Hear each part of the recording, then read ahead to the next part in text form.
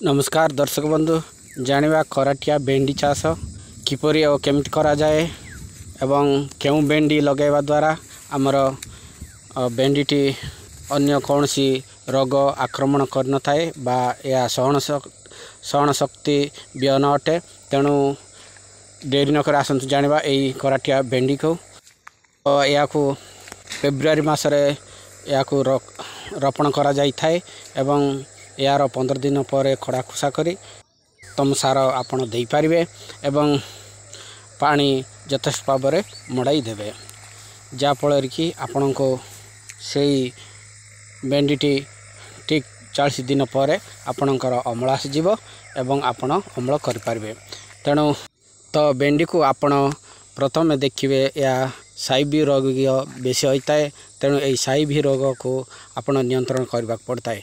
तो या नियंत्रण करने को आपण को प्रथम धला माछी न आसवा को देवाक पड़ता है एवं आपण यही साइबी रोग सहन शक्ति व्यन किणी लगाइबा पड़ता। तेणु यही रोग न आसवाई आपण प्रथम तो आपण इमिडाक्लोरोपिड स्प्रे करेंगे एवं द्वितीय तो आपण निम्ब तेल एवं आइपोतोरान यही सबू धला माछी को नियंत्रण करने यही कीटनाशक स्प्रे करेंगे जहाँफल कि आपणकर भेंडी रे धला माछी हो न थाए।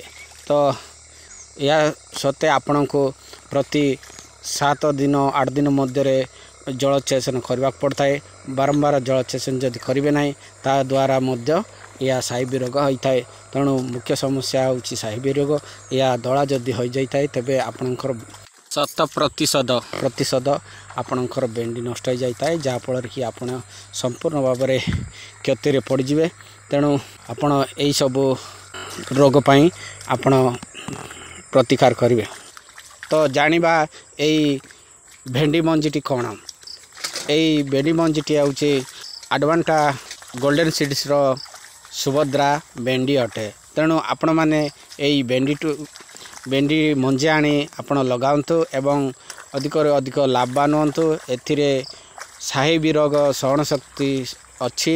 तेणु आपण यही भेंडी जदि लगेबे से साहिबी रोग बनाई। तेणु आपण को भल लाभ दे जीवो। आपण मान केमिति लागिला यही भेंडी चाष। तो वीडियो को लाइक एवं चैनल सब्सक्राइब करा बुलंतु नहीं।